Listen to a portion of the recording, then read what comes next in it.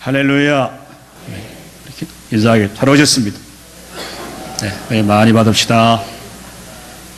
아마 오늘 제일 더운 것 같아요. 그렇죠? 요즘 뭐 인사가 그냥 더우신데 어떻게 사십니까? 인사입니다. 더워도 먹을 거 먹어야 되고, 잘 거 자야 되고, 예배는 드려야 되고, 기쁨으로 예배할 수 있고, 오늘 더운 것처럼 또 은혜가 넘칠 수 있기를 주님의 이름으로 축원합니다. 제가 오늘 주기도문 강의를 준비하면서 이 영화가 생각이 났어요. 여러분, 칸 영화제에 많은 주목을 받았던 이창동 감독이죠. 밀양이라고 하는 영화 아마 기억하실 겁니다. 그 밀양이라는 영화는 여러 가지 각도에서 볼 수 있지만 용서라고 하는 이 단어가 화두가 되었던 그 아주 의미 있는 영화였습니다. 그 여자 주인공이 신혜라고 하는 여자가 있어요. 밀양으로 지방으로 내려왔는데 자기 아들이 유기를 당하여 살해를 당하게 됩니다. 그래서 정말 자식을 잃은 그 여인의 슬픔이라는 것은 뭐 이름 말할 수가 없죠. 결국은 어디로 갔냐고 하면 교회를 나가게 돼요. 그래서 이제 열심히로 신앙생활 하다 보니까 믿음도 갖게 되고 은혜도 받게 되고 금요 기도에도 나가고 하나님을 찾는 그런 열정적인 신앙으로 바뀌어지기 시작합니다. 그래서 이 신혜라고 하는 여인의 마음속에 자기 아들을 살해한 그 살해자를 용서하고 싶은 마음이 생기기 시작하는 거예요. 그래서 어느 날 교도소로 찾아갑니다. 근데 전혀 상황이 바뀌어졌어요. 교도에서 난 그 자기 아들을 살해한 그 범죄 살인자는 아주 평안한 모습으로 이 신혜를 맞이하게 돼요. 그러니 이미 복음으로 교도소에서 복음을 듣고 예수를 만나고 자신의 죄의 사함을 받은 감격과 기쁨으로 이 여인을 만납니다. 그럴 때 이 여인이 아연질색하는 거예요. 아니, 내가 용서해 주지 않았는데 어떻게 하나님께서 이 인간을 용서해 줬을까? 이걸 도저히 자신이 받아들이지 못해요. 그래서 결국은 신앙에 떠나게 되고 하나님께 반감을 갖게 되는 그런 어떤 스토리로 엮여집니다만, 여러분, 용서라고 하는 게 과연 뭘까요? 자신의 잘못이나 죄에 대해서 꾸짖거나 그 허물을 찾는 것이 아니라 그걸 다 덮어주는 것을 우리는 용서라고 말합니다. 어쩌면 우리 모든 인간들에게는 이런 용서가 필요합니다.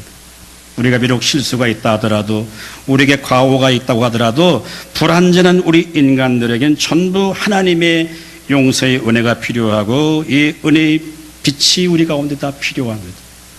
여러분, 기독교 신앙에서 이 복음의 첫 출발은 뭐냐 하면 죄 용서로 시작합니다. 예수님 설교 이후에 가장 먼저 설교한 사람은 베드로 사도입니다. 사도는 2장에 보면 그가 성령의 충만함을 받고 난 다음에 온 유대인들을 향해 그렇게 설교해요. 사도행전 2장 38절에 그렇게 말합니다. 베드로가 이르되, 야, 너희가 회개하고 각각 예수의 이름으로 세례를 받고 죄 사함을 받으라. 그리하면 성령을 선물로 받으리라고 했어요. 이 베드로의 첫 번째 설교예요. 그러니까 우리에게 과연 가장 필요한 게 뭐냐면 죄의 사함을 받고 성령 하나님을 선물로 받는 것. 그것이 우리 모든 인간들이 가장 긴급하게 요청되는 것이 뭐냐면 죄의 사함의 은혜입니다. 여러분, 구원이 무엇입니까? 하나님께서 우리를 불쌍히 여겨갖고 우리를 사랑해서 하나님의 아들 예수 그리스도를 우리에게 보내주시고 우리를 죄에서 용서하시고 우리를 구원하셨다고 하는 이 복음의 진리를 우리가 날마다 깊이 알아가는 거죠.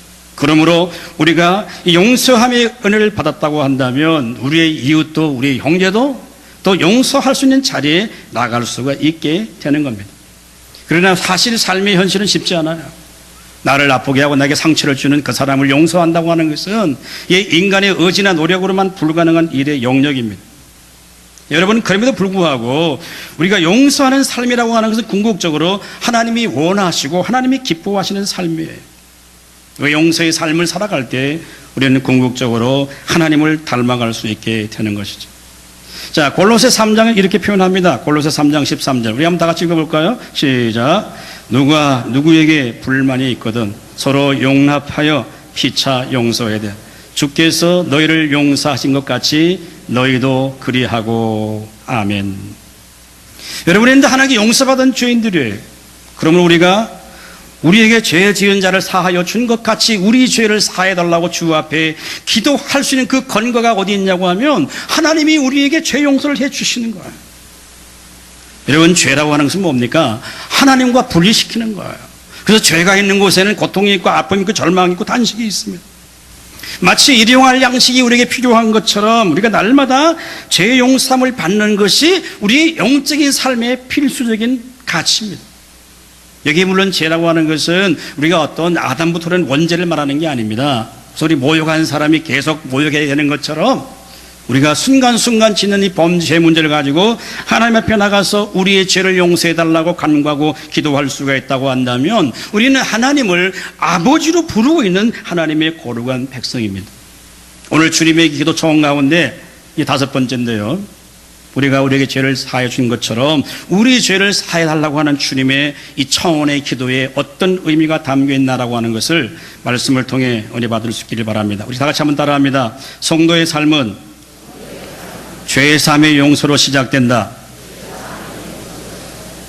자, 오늘 이게 중요한 것은 죄라고 하는 이 단어가 좀 주목해야 받을 단어입니다. 우리는 일반적으로 죄 그러면 그렇게 많이 들었죠. 관역에서 벗어나게 된다. 하나님의 법에 굴복하지 않는 이런 도덕적인 범죄를 가리켜서 우리는 이 하말티아라고 합니다. 관역에서 빗나갔다라고 하는 뜻인데요. 또 어떤 하나님 법 자체를 어기는 것을 가리켜서 아노미아라고 하는 단어도 있고, 근데 여러 가지 단어가 있는데 오늘 사용된 이 단어라고 하는 단어는 어떤 뜻이냐고 하면요, 오텔레이마라고 하는 헬라어 단어인데요, 이 단어는 빚지다는 단어예요. 부채를 갖고 있다. 즉 다시 말하면 하나님께 일정량의 빚을 지고 있다라고 하는 의미를 담고 있는 단어가 이 오펠이데아라고 하는 단어입니다. 여러분, 빚을 지고 있는 사람이 어떨 때 가장 자유함을 누리겠습니까? 은행에 10억을 빚지고 있다고 한다면 여러분 밤에 잠이 오겠어요? 오지 않아요. 빚진 사람의 진정한 자유는 뭐냐 하면 그 빚을 다 갚을 때 비로소 진정한 자유가 이루어지게 되는 거죠. 마치 하나님께서 우리의 모든 빚진 이 죄 문제를 해결해 주시는 거예요. 우리가 하나님께 이 빚진 이 죄 문제는 우리의 의지로 우리의 노력으로 갚을 수 있는 게 아니에요. 불가능한 빚이에요. 도저히 갚을 수 없는 빚입니다. 그러므로 하나님께서 하나님의 아들 예수 그리스도를 땅에 보내주시고 십자가의 보배로운 피를 흘리게 하시고, 그러므로 우리가 다 죄 사함의 은혜를 입었다라고 하는 이것이 바로 이 복음의 진리잖아요. 그러나 우리는 이 십자가라고 생각하면 내가 예수님이 십자가에서 보배로운 피를 흘림으로 내가 구원받았으니까 나는 기쁘고 즐겁다. 아멘, 할렐루야. 대부분이 다 여기서 끝이에요. 스탑이에요. 그러려면 십자가라고 하는 것은 뭐냐면 예수님께서 우리의 죄를 인해서 하나님 앞에 죽임을 당하는 이 하나님의 진노가 이 십자가 상에서 나타나게 되는 거죠. 그래서 하나님께서는 이 죄가 얼마나 무서운가라고 하는 것을 이 십자가를 통해서 자신의 아들을 메어 다가서 우리에게 보여주는 거예요. 여러분, 그 이유가 뭘까요? 하나님과 우리를 화목하게 하기 위해서입니다. 그래서 우리 예수님께서 십자가에 돌아가시면서 마지막 말씀 기억나시나요? 엘리 엘리 라마 사막다니, 나의 하나님 나의 하나님 어찌하여 나를 버리시나이까. 여러분, 이는 예수님의 절규는 단순히 주님 당하는 고통의 문제가 아니에요. 마치 하나님과 자신이 분리된다고 하는 이 하나님의 심판이 얼마나 두려운 거라고 하는 사실을 주님이 알고 하나님의 아들 예수 그리스도께서 마치 비명을 치르고 있는 거예요. 그 이유가 뭡니까? 그게 우리의 죄 문제 때문이에요. 그러므로 우리가 예수를 믿고 하나님의 은혜를 입어서 구원을 받았다고 하는 것은 뭐냐면 예수 그리스도의 십자가로 보혈로 말미암아 우리의 모든 과거의 죄가 다 깨끗해지고 용서함 받았다라고 하는 이 기독교의 진리, 우리는 이걸 가르쳐서 우리가 의로워졌다라고 말합니다. 신학적 용어로는 그걸 칭의라고 말합니다. 그러니까 분명히 죄가 있는데 마치 법원의 판사가 당신은 죄가 없는 사람이야 라고 마치 석방해 주는 게 뭐냐면 이게 의로워진다고 하는 단어의 의미예요. 자, 예수 믿고 의롭게 되는 것은 우리에게 어떤 조건도 어떤 원인도 없습니다. 의롭다함을 받는 사람은 하나님 백성들에게 단지 요구되는 것은 단 한 가지예요. 뭐냐 하면 하나님을 닮아가는 그 거룩한 삶이 요구되는데 우리 이걸 가르쳐서 흔히 성화라고 말합니다. 자, 이 두 가지 단어는 여러분 굉장히 신학적으로 중요한 단어예요. 예수로 말미암아 의로움을 받은 하나님의 거룩한 백성들이 이제 그 구원의 완성을 이루어가기 위해서 하나님처럼 전담 닮아가는 그 거룩한 성품으로 자꾸 변화해 갈 때 그거를 힘쓰고 노력하는 삶이 우리의 그 신앙의 삶이에요. 내 힘으로, 내 의지로, 내 노력으로, 내 공로로 의로워질 수 없는 우리를 예수의 십자가의 사랑으로 우리를 죄사함 받게 주셨기 때문에 그 하나님과 화평의 관계를 이루기 위해서는 말이죠, 전마다 날마다 순간마다 하나님과 의로움의 관계를, 화평의 관계를 이루어 가야 돼. 자, 로마서 5장 1절 말씀 다 같이 읽어볼까요? 시작. 그러므로 우리가 믿음으로 의롭다 하심을 받았으니 우리 주 예수 그리스도로 말미암아 하나님과 화평을 누리자. 여러분, 하나님과 화평 관계를 누리려고 하면 어떻게 돼야 됩니까? 죄가 우리 하나님과 사이에 막혀 있으면 진정한 화평을 누릴 수가 없어요. 지속적인 죄삼의 간격과 기쁨을 누리기 위해서는 우리가 죄를 떠나서 하나님이 원하시고 기뻐하시는 거룩한 삶의 자리로 나아갈 때 거기에 진정한 샬롬이 이루어지게 되는 거예요.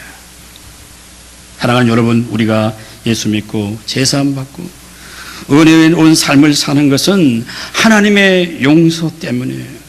그래서 오늘 주기도문 우리가 첫문에서 우리가 하나님을 우리 아버지로, 우리 아빠로 부를 수 있는 자격을 부여했다고 하는 게 뭐냐면 하나님이 우리에게 죄사함의 은혜를 주신 줄로 믿을 수 있기를 주님의 이름으로 축원합니다.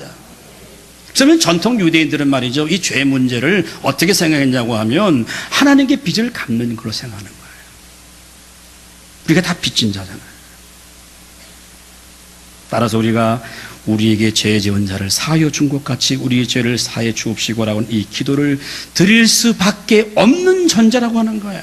그래서 우리는 날마다 주님 앞에 나가서 주기도문을 그냥 암송할 때 암송하는 게 아니라 우리는 예배할 때마다 주 앞에 나갈 때마다 주님, 내 죄 문제를 해결해 주시고, 이미 예수 그리스도를 통하여서 우리의 모든 원죄는 다 사함 받았지만은 우리가 순간순간 짓는 죄를 주님 앞에 내어놓고 마치 사함 받는 기도를 드릴 수밖에 없는 존재라고 하는 것을 말씀하고 있는 거예요.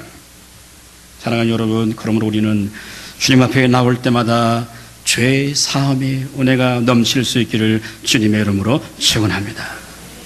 어떤 신학자는 이렇게 비유를 들었어요. 이 땅에는 두 종류의 사람이 있다고 말합니다. 첫째는 뭐냐면 용서함을 받은 죄인이 있어요. 그리고 두 번째는 용서함을 받지 못한 죄인이 있어요. 어떻게 보면 우리 구원받은 주님의 거룩한 백성들은 용서함을 받은 죄인이에요.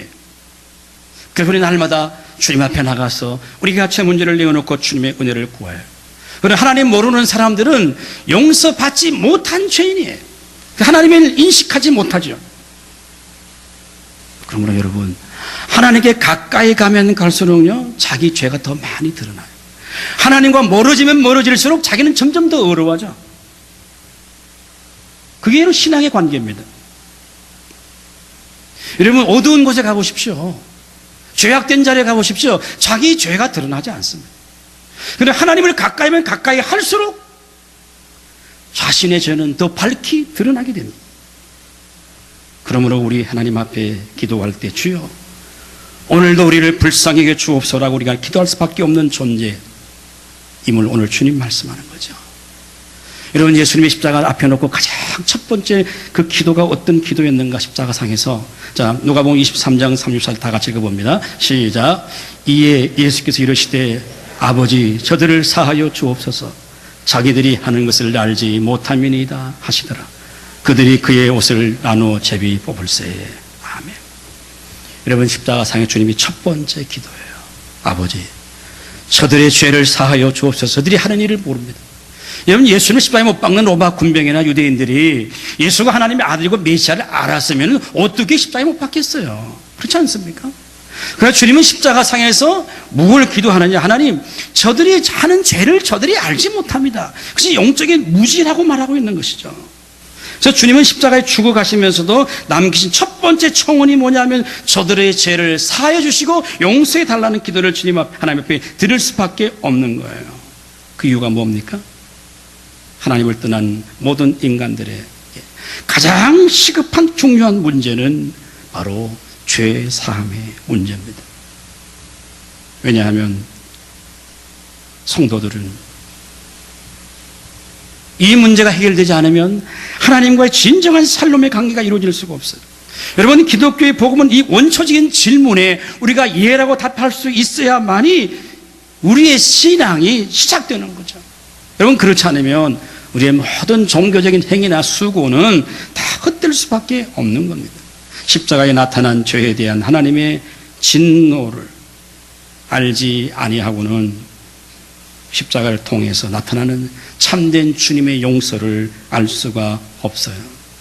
여러분, 예수를 믿는다고 하는 것은 내가 하나님 앞에 죄인이요, 죽어 마땅한 자리인데 하나님이 나를 사랑해 주셔서 하나님의 자녀를 삼으시고 죄의 사함의 은혜를 베푸셨다고 하는 사실을 깊이 깊이 인식하는 데부터 우리의 믿음의 신앙이 출발하는 거예요. 여러분, 죄가 뭘까요? 저는 이렇게 설명하고 싶어요. 예를 들고 싶어요. 하나님의 눈을 피하고 싶은 게 우리의 죄입니다. 하나님을 피하고 싶은 게 우리의 죄예요. 그런데 오늘 우리는 이걸 별로 무서워하지 않아요. 하나님의 눈을 벗어나는 것을 사람들은 별로 심각하게 생각하지 않아요. 그것이 얼마나 하되 죄인가를 우리 인식하기 시작하지 않습니다. 아가 공부를 못하고 성적이 떨어지는 걸 그렇게 두려워하는데 내 신앙이 하나님을 떠나 하나님의 눈을 벗어나는 것은요, 그걸 별로 두려워하지 않아요. 자식 취업 안 될까 봐 그걸 그렇게 두려워해요. 아가 대학 못 가고 그걸 그렇게 두려워하는데도 자신이 하나님의 눈을 벗어나고 있다는 사실에 대해서는 별로 두려워하지 않습니다. 땅 사놓은 그 땅이 빨리 돈이 안 오르는 건 그렇게 염려 근심, 주야로 그걸 걱정하고 있는데 자신의 삶이 하나님의 눈을 벗어나고 있는 것에 대해서는 별로 관심이 없습니다. 이게 우리의 완악함이에요.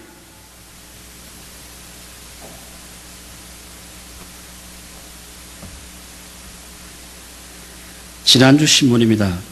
한국교원단체 총연합회에서 7월 27일부터 28일까지 서울 경기권에 있는 교사들 889명을 대상으로 설문조사를 했어요. 어떤 설문조사냐면 학부형들로부터 담임을 교체해달라고 하는 그런 직접 받은 사람들 데이터를 보니까요 8.9%예요. 그리고 자기 옆에 있는 교사들로부터 이런 담임 교체 요구를 받고 고민하고 갈등하는 사람을 본 사람이 44.9%였어요. 그 직간접적으로 전부 교사들 가운데 담임을 학부형들로부터 이 컴플레인 받아갖고 담임을 바꾸더라 이런 고통을 받아본 사람이 44.9%예요. 그럼 우리들의 교사 가운데 10명과 5명은 전부 이런 경험들이 있다고 하는 말이에요. 여러분, 저는 이걸 기사를 읽으면서 이렇게 우리 세대가 바뀌어졌는가. 여러분, 과거에는 상상도 할 수 없던 일이잖아요. 이게 무슨 얘기냐 하면 여러분, 전부 우리가 말이죠, 전부 가족 중요해요. 자기 자녀 정말 소중해요. 그런 애를 잘못 키우고 있을 가능성이 있습니다. 어떻게 여러분, 우리는 과거에는 그러지 않았잖아요. 선생님 그러면 우리가 하늘같이 모셨어요. 전부 자기 자식이 된 이기화로 뭉쳤어요. 그래서 애가 부모가 수업 시간에 엉뚱한 짓 하다가 선생님이 훈계를 받으면요, 그것 부모가 못 참지를 못해. 달려가야 돼요. 그게 자식을 망치는 길인지 몰라요. 우리 예수 믿는 사람의 차별성이 뭐냐 하면 이게 정말 우리가 제3의 은혜를 받고 살아간 하나님의 거룩한 백성들이라고 하면 다른 가치를 갖고 사는 거예요. 자, 공부를 잘하는 것보다 우리 자녀가 더 예의를 잘 갖추는 걸 중요시 할 줄 알아야 돼요. 다른 사람과 함께 관계를 잘 맺는 거를, 그게 더 소중한 가치를 심어주는 게 그게 신앙이고 믿음이에요. 오늘 우리의 삶에는 전부 다가 말이죠, 수단과 방법을 가리지 않고 어떻게 해서 경쟁에 살아남는 법을 가르칩니다. 여러분, 그렇게 성공한 사람들이 무너지는 결과를 우리는 너무 많이 보잖아요. 정말 우리에게 죄 사함의 은혜가 있다고 한다면, 나 같은 죄인도 구원받아 하나님 백성 됐다는 그 거룩한 은혜와 감격이 내 심령 속에 있다고 한다면, 믿음에서 떠나는 자녀를 볼 때 우리 가운데 눈물이 있어야 돼요. 고통이 있어야 돼요. 아픔이 있어야 돼요. 믿지 않은 성도가 형제가 있다고 한다면 그 영혼을 바라볼 때 정말 내 마음에 고통이 없다고 한다면, 낙심한 형제를 바라볼 때 우리가 눈물이 없다고 한다면 정말 내가 죄 사함 받은 게 이게 진짠가 확인해 볼 필요가 있는 거죠. 오늘 주님의 기도, 우리가 우리에게 죄를 사여 준 것 같이 우리 죄를 사해 달라고 하는 것은 뭐냐면, 우리는 하나님 앞에 나가서 날마다 죄의 사함의 은혜를 구하지 않으면 살아갈 수 없는 존재임을 깊이 깊이 인식하라고 하는 거예요. 그럴 때 하나님 우리에게 더 큰 은혜를 더하여 주실 줄로 믿습니다. 자, 두 번째, 우리 따라합니다. 용서 없는 청원 기도는 헛된 것이다. 자, 오늘 본문을 좀 읽으면요, 오해될 소리가 있는 부분이에요. 왜냐하면 우리가 우리에게 죄 지은 자를 용서해 줘야만이 하나님께서 우리의 죄를 용서해 주는 것처럼 이런 뉘앙스로 기록되어 있어요. 자, 좀 더 보겠습니다. 마태복음 6장 14절 15절부터 한번 읽어봅니다. 시작.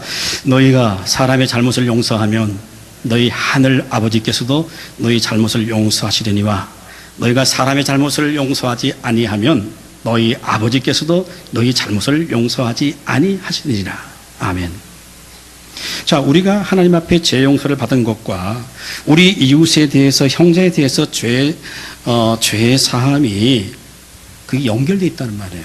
다시 말하면 내가 예수로 말미암아 구원받고 죄 사함의 은혜를 경험했다고 한다면 그 사람이 다른 사람을, 다른 형제를, 다른 이웃을 용서하고 관용을 베푸는 것은 바로 내가 죄 사함 받은 것과 끊을 수 없는 그런 관계성을 맺고 연결되어 있다는 말입니다. 다시 말해서 우리가 우리에게 죄 지은 자를 용서하면 하나님의 자녀들인 우리들의 일상적인 죄도 하나님이 우리를 용서해 주시는 거예요. 여러분, 그러나 오늘 본문은 좀 어려운 본문이에요. 그러나 우리가 하나님의 용서가 조건적이라고 하는 말은 아닙니다. 우리가 우리 이웃의 형제의 죄 용서가 마치 공로가 되고 그것이 근거가 되어서 하나님이 우리의 용서해 주는 그런 개념은 아니에요. 위험합니다. 그렇지 않습니다. 그러나 하나님은 오늘 여기에서 아무런 조건 없이 우리를 용서해 주시는 거예요. 그래서 우리 주기도문의 시작이 하늘에 계신 우리 아버지여 라고 기도가 시작하잖아요. 여러분, 주님의 기도는 하나님을 아빠라고 부를 수 있는 자들의 기도입니다. 하나님의 자녀들을 삼아주신 그 은혜에 대한 감사로 우리가 주님 앞에 나가서 하나님을 아버지라 부를 수 있는 거죠. 그렇기 때문에 하나님은 우리를 용서하신 그 용서는 절대 바뀔 수가 없는 거예요. 자, 요한복음 6장 37절 다 같이 읽습니다. 시작. 아버지께서 내게 주시는 자는 다 내게로 올 것이요 내게 오는 자는 내가 결코 내쫓지 아니하리라. 아멘. 여러분, 그렇다면 오늘 주님의 기도는 무엇입니까? 예수 그리스도 십자가의 복음을 통해서 자신의 죄가 용서함 받은 것을 경험하는 자들은 다른 사람의 아픔과 실수와 허물도 용서해 주어야 되는 거죠. 그 이유가 뭡니까? 우리가 날마다 기도하면, 회개하면 우리 모든 죄에서 우리를 다 깨끗게 하시고 완전케 하시는 분이 우리 주님이시잖아요. 자, 요한일서 1장 9절 다 같이 읽습니다. 시작. 만일 우리가 우리 죄를 자백하면 그는 미쁘시고 의로우사 우리 죄를 사하시며 우리를 모든 불의에서 깨끗하게 하실 것이요. 아멘. 얼마나 분명하고 확신에 찬 주님의 말씀입니까, 여러분? 그러므로 형제에 대한 용서함이 없는 우리 청혼의 기도는 하나님 앞에 헛될 수가 있는 거죠. 예수님께서 아주 좋은 비유를 하나 우리에게 듭니다. 마태는 이 복음서를 기록해 나가면서 마태복음 18장에 가면 이런 사건이 나옵니다. 베드로가 예수님께 물어요. 선생님, 형제가 내게 잘못하면 한 몇 번 정도 용서해 줘야 되겠습니까? 한 7번 정도 용서해 주면 되겠습니까? 라고 그렇게 질문해요. 그리고 유대인들의 개념 7이라는 숫자는 완전 숫자예요. 7번 정도 용서해 주면 이게 참 최대한 선을 베푼 것이라고 생각하는 유대인들의 가치입니다. 주님 뭐라고 말씀하시죠? 7번씩 70번 용서해 주라는 거예요. 그럼 몇 번이에요? 490번이에요. 그럼 490번까지는 용서해주고 491번째는 그냥 죄를 응징하라고 하는 말인가요? 그렇지 않습니다. 이 7번씩 70번씩 용서해주라고 하는 말은요, 이거는 용서가 무한대다고 하는 거예요. 끝까지 용서해주라는 말이에요. 그러면 주님이 하나의 비유를 듭니다. 어떤 나라의 임금이 자기의 신하가 엄청난 빚을 졌어요. 그래서 1만 달란트라고 하는 엄청난 돈이 빚진 자가 있었어요. 여러분, 1만 달란트는요, 이게 지금 우리로 환산하면 어느 정도냐면 한 6천억 정도의 돈이에요. 이 신하는, 이 종은 그걸 다 주님 갚을 수가 없어요. 자기 재산 다 갚고 자식 다 팔아도 못 갚을 수 있는 돈을 이 임금이 빚을 해지해 주는 거예요. 마치 개인의 파산 직전에 왔는 이 사람이 임금으로부터 부채를 청산해 주는 거죠. 여러분, 이게 하나님의 사랑이에요. 근데 이 사람이 밖으로 나갑니다. 자기에게 100데나리온 빚진 자를 만나요. 이런 100데나리온은요, 1만 달러에 비하면 60만 분의 1이에요. 이는 껌값도 아니에요. 그런데 이 종은 자신에게 100데나리온 빚진 자를 그걸 보고 참지를 못하는 거죠. 그래서 빚 갚으라고 그러고 없다 그러면 목 졸아갖고 그냥, 그래서 결국 어디로 갑니까? 감옥에 잡아넣어버려요. 이 소식을 들었던 임금이 그를 불러서, 이 약한 종아, 내가 너에게 1만 달란트의 빚을 갚아줬는데, 이걸 다 갚아줬는데 너는 너에게 준 100데나리온의 빚진 자를 용서할 수 없느냐라고 하면서 그를 옥에 가둬버리는 비유를 듭니다. 그러면서 주님이 마지막에 이 말씀을 하세요. 마태복음 18장 35절 다 같이 읽겠습니다. 시작. 너희가 각각 마음으로부터 형제를 용서하지 아니하면 나의 하늘 아버지께서도 너희에게 이와 같이 하시리라. 아멘. 여러분, 우리가 우리에게 죄 지은 자를 사하여 주는 것 같은 방식으로 우리의 죄 사함을 구하는 주님의 기도가 이 비유 속에 담겨 있는 거예요. 오늘 여러분, 주님의 기도는 내가 형제를 용서한 만큼 하나님 용서해 주세요. 내가 이런 선을 베풀었으니까 하나님 내 선을 베풀어 주세요. 이런 보상 차원의 기도가 아닙니다. 우리가 하나님 앞에 빚진 자이며 죄와 사망의 자리에서 영원히 죽을 수밖에 없는 우리가 구원받고 하나님 백성 되었기 때문에 우리는 죄를 짓는다, 아니, 이런 흑백 논리 문제가 아니라 죄인된 인간이 우리를 구원하시기 위해서 십자가에서 보배로 흘리신 그 하나님의 마음에, 주님의 성품에 우리가 동참하는 거예요. 그게 사람이 주님 앞에 기도드릴 수 있는 기도의 자세예요. 여러분, 우리가 어떻게, 오늘 제가 설교하지만 현실적으로 쉬운 게 아니에요. 정말 자기를 아프게 하고 자기 상처를 준 사람을 사랑한다, 용서한다. 용서가 됩니까? 안 되는데. 우리의 사람을 용서한다는 것은 나의 관대함이 아니에요. 내 관대함 때문에 다른 사람을 용서하는 것이 아니라 내가 하나님의 은혜로 용서받았기 때문에 하는 것이지, 자기가 정말 사람이 전틀하고 쿠미가 이래서 하는 게 그런 게 아니에요. 물론 오늘 우리의 삶의 현장에, 인간관계, 정말 교회 공동체 가운데서 참 풀기 어려운 덕목 가운데 하나가 용서예요. 자신에게 상처를 주고 아픔을 주고 고통을 주는 사람에게 우리가 정말 그 사람의 마음을 품고 위로해 줄 수 있고 기도는커녕 관계 설정으로 잘하면 좋겠죠. 그런데 오늘 주님의 청원은 뭡니까? 우리에게 용서가 없다고 한다면 우리가 청하는 모든 청원의 기도는 다 헛될 수밖에 없다라고 하는 거예요. 사랑하는 성도 여러분, 우리가 아무리 용서할 수 없는 사람이 항상 우리 주변에 있어요. 그러나 용서의 시작은요, 그 영혼을 위해서 기도할 때에 용서의 시작이 되는 거예요. 여기 성령께서 우리 마음에 감동을 주시는 거죠. 깨달음을 주시는 거죠. 미워하는 그 사람, 용서할 수 없는 그 사람을 향하여 내가 기도하다 보면 성령께서 그 사람을 용서할 수 있는 힘과 은혜와 능력을 우리 가운데 더하여 주실 줄로 믿습니다. 여러분, 누군가를 위해서 기도할 수 있다고 하는 것은 뭡니까? 성령께서 이미 우리 마음에 용서하는 마음을 주시는 거예요. 여러분, 예수를 믿는다고 하는 것이 얼마나 요즘은 좀 세속화되어 가고 있는지 알 수가 없어요. 마지막으로 이렇게 제가 설명하고 싶어요.